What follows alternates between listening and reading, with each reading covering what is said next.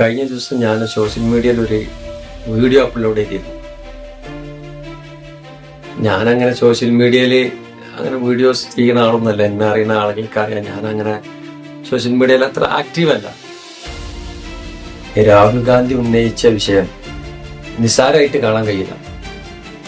അപ്പൊ അതിനൊപ്പം നിൽക്കുക, രാഹുൽ ഗാന്ധിന്റെ ഒപ്പം നിൽക്കുക എന്നുള്ള ഒരു ഉദ്ദേശത്തോടെയാണ് ഞാനത് ആ വീഡിയോസ് സോഷ്യൽ മീഡിയയിലിട്ട്. ഇന്ന് ഈ രാജ്യത്ത് ഭരണകൂടത്തെ നിലനിർത്താനും താഴെറക്കാനും നമുക്കൊരു സംവിധാനമുള്ളൂ, അത് വോട്ടാണ്. അത് അട്ടിമറിക്കപ്പെട്ടു.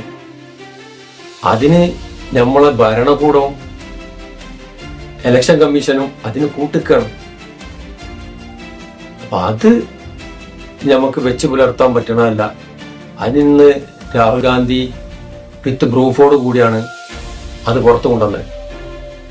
നമ്മൾ രാഹുൽ ഗാന്ധിനെ സപ്പോർട്ട് ചെയ്യുക, രാഹുൽ ഗാന്ധിന്റെ ഒപ്പം നിൽക്കുക എന്നുള്ളതാണ്.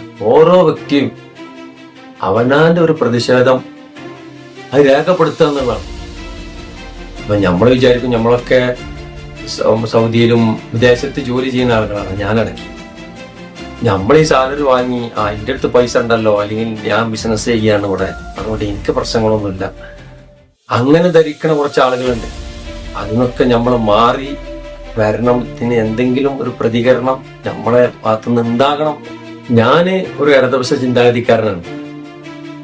ഇത്രയും കാര്യങ്ങളിൽ എന്നെ സംബന്ധിച്ചിടത്തോളം ഇത് രാഷ്ട്രീയമല്ല. ഇത് എന്ന് പറഞ്ഞാൽ ഇതിന് രാഹുൽ ഗാന്ധിന്റെ ഒപ്പം നമ്മൾ കട്ടക്ക് സപ്പോർട്ടാണ്.